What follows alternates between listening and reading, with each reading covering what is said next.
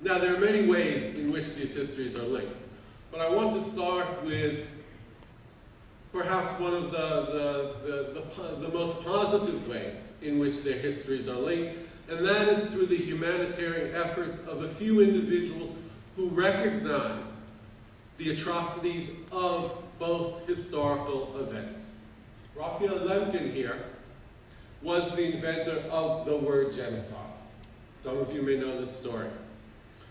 Lemkin was a Polish Jew, an international jurist, international lawyer, legal scholar, who had to leave Poland in the 1930s, or had the good sense, shall we say, to leave Poland in the 1930s. Eventually made his way to the United States. And in his book, Axis, Rule in Occupied Europe, which he published in 1944, he coined that word that we all know that the Armenian community has adopted as its own to describe its tragedy, the word genocide.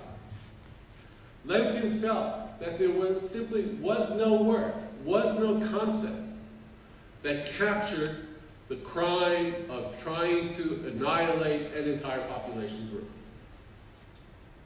As a young student of law, studying in Germany, in fact, he observed the trial of Solomon, I hope I can pronounce this correctly, Talihirian, the assassin of Talat Pasha in 1921.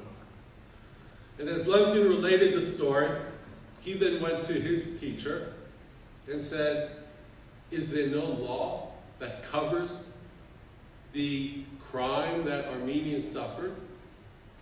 And his teacher told him, "No, we have laws about individual murders.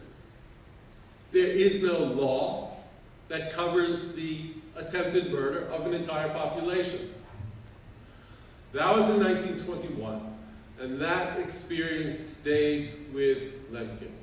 And in Axis, Rule in Occupied Europe, Lemkin writes about a number of atrocities that had occurred, but he drew specifically upon what we now call, of course, the Armenian Genocide and the Holocaust. In the Holocaust, he lost 49 members of his own family.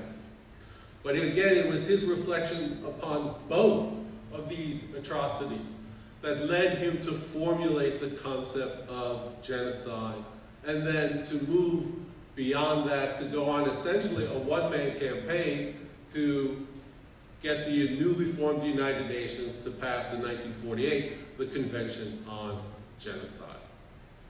So he is one humanitarian who, in his own thinking, in his own writing, in his own political activism, although he was Jewish, his Jewishness was only part of the source of his work, his intellectual and political work. So was his understanding of the Armenian genocide.